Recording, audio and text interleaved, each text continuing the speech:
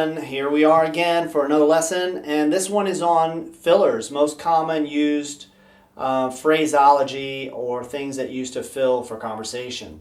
These are things that are not really picked up in most phrase books and things as such, but if you're here in Jordan or anywhere in the Middle East, you're going to hear these all the time, and so they're very important for you to know. In fact, we have this in our curriculum in the first for beginners to memorize in the first 5 weeks to 6 weeks. They're already memorizing these phrases, and this is stuff that we put in our program because they're things they're going to hear all the time, and they need to know them. And also, it helps you to get started in conversation, even though maybe you might not be able to use make a whole sentence. You can use these phrases when you hear or something and you want to affirm what's being said, or you want to just respond to someone. These are phrases kind of stand on their own. So that's why they're so important. The first one is, this one is mish arif, and it means I don't know. Mish arif. Or you could say ma ba'arif. And here it is, mish arif, in transliteration, ma ba'arif. Notice the ayn, okay? Notice the ayn. Now this is using called nefi, that makes it negates the verb, and then there's the verb, okay? Here, this is actually like an adjective describing you. You're saying mish arif. You're talking about yourself. If somebody wants to distinguish and or emphasize, they say ana mish arif. But hardly ever do you hear that. More often than not, it's already known, mish arif. So that's how you say it. So, I don't know. Somebody asks you a question you don't know, mish arif.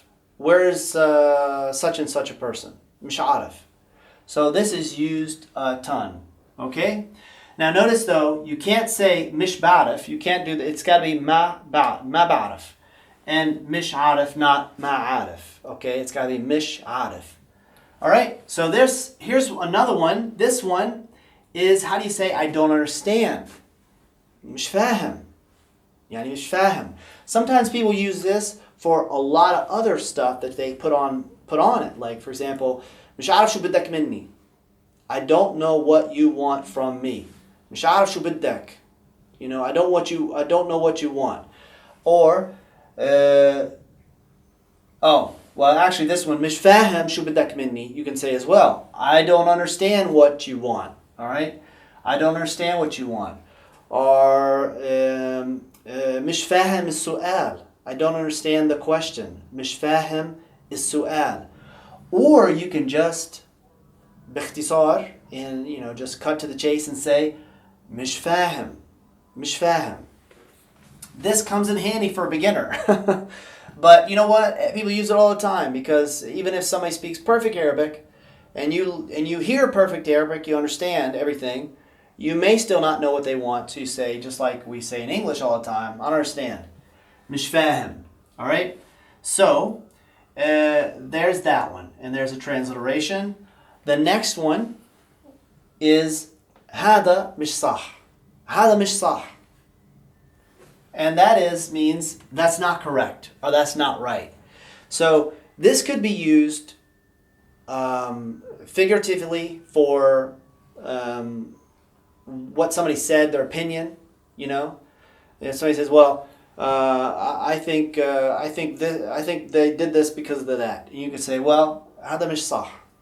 And you could say that. Or more often than not, it's also used for like if you're talking about somebody's work or something like that. Hada mish SaHH.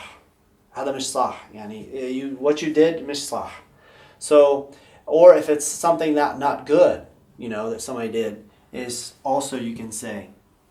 So, hada mish SaHH. Or another thing you can say is hada mish, and this one's used just as much, mish.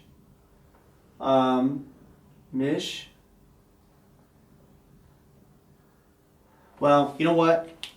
Let me give it to you in the Amiyah, how it's sounded. It's going to be in Fusha differently, but we would say mish maz boot. Okay? Hada mish mazboot. Hada mish mazboot. Meaning, that's not right. Hada mish mazboot. Alright? Same thing. Taqriban, it's the same, almost exactly the same in usage. Hada mish mazboot. Mish mazboot. And you can hear the sounds. Alright? The next one is you're right. Now this one sounds, it's transliterated literally. With you, ma'ak, or ma'ak for girl, ma'ak for girl. Take that fatha, put a kasra here. Ma'ak or ma'ak, haqq. Now they don't say haqq, they say haqq. With the qaf becomes a hamzeh or a glottal stop, or it becomes a g. So if you're a guy, most guys will say ma'ak haqq, and sometimes a girl will say that too, or they will say haqq. So ma'ak haqq. That means you're right. Literally means with you the right. Like the right meaning like literally rights. You know, if we talk about human rights, that would be hukuk insaniyya. So human rights is literally rights. Okay, it's my right to do this. So ma'ak haqq, it's your right. Like you are right is what it literally means. I mean, it means in practical sense, you are right. Okay, so if you say something, somebody says something you agree with, you can say you're right. Or if something happens and there's a disagreement, and you want to let the one of the parties know that's arguing that you think they're right, you can say ma'ak haqq, you know. Or if you want to say you're not right, yani mish ma'ak haqq, all right, you don't have. You're not right. All right, so ma'ak haqq, okay, and then, or actually, if you want to say it, haqq alayk. If you want to say you're wrong, I'm going to throw in this bonus here really quick. Haqq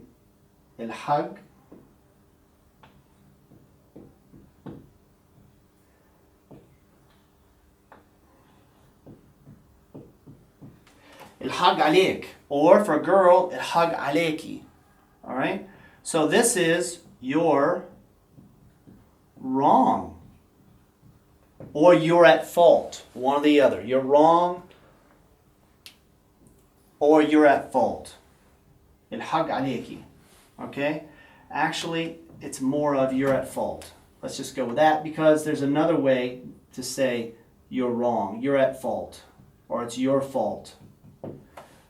Haqq alayk. Haqq alayk. All right, so you're at fault. Haqq alayk. Now, this last one here is used quite a bit as well, and it's kind of like just basically saying, you're confirming that something is true. Somebody says to you, really this happened? You could say, SaDDiq, SaDDiq. You know, or if you want to start the phrase with SaDDiq, you can too. SaDDiq, he wasn't there. Well, SaDDiq it was, or you can say SaDdiqni, which means believe me. So SaDDiq means literally believe, not in a spiritual sense. That would be amen, all right? That would be faith or belief, like in the faith side. But this is SaDDiq means to believe someone, what they're saying. SaDDiq. All right, SaDDiq, or they say SaDDiq, SaDDiq, SaDDiq. This one's used even more than the first. SaDDiq means yes, it's true, or yes, it actually happened. You know, like that. Is the word for yes. In fact, in spoken, people don't say na'am, very rarely, like in Fusha, na'am or ajal. In Amiyya, it's So if you ask somebody their name, or not their name, but if you ask them a yes/no question, and they want to say yes, they say So, it's true or it happened. One last one, that carries the same meaning. Oh, wait a minute. We're going to go, here it is. All right. This one carries the same meaning, and it's, you'll hear it all the time, wallah, wallah, or ballah. Ballah is the equivalent, same thing, ballah. Oh, sorry.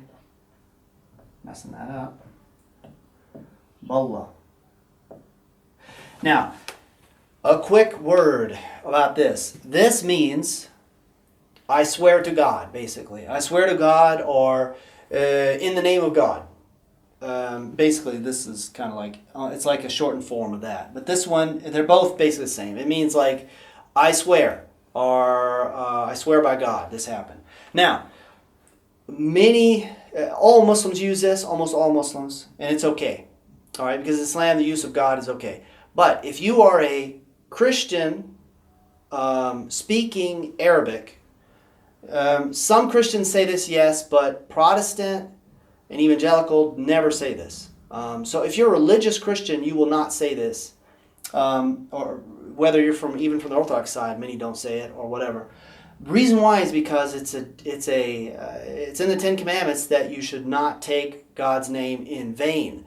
This is the definition of that, taking God's name in vain. So this is not used. So just a note for those of you who are Christian, this is something that if you speak it around Christians, it's not proper to say to them or around them. Or even if you're a Christian, it's not proper to say it anyway. But it's used widely. I'm talking all the time. There are people who can't hardly say a sentence without saying wallah, you know. So it is really, it's like a strongest way you can say believe me, you know, or it's true. But it's used so much that people don't even think about it. You just say it. All right. So there is your lesson, and I hope you got some understanding on these here. And I would encourage you to definitely learn these, put them on a piece of paper in a notebook, and take a look at them 2 or 3 times a week for about 3 weeks until you get them into your head, and you're going to hear them and you're going to use them. Take care. Bye.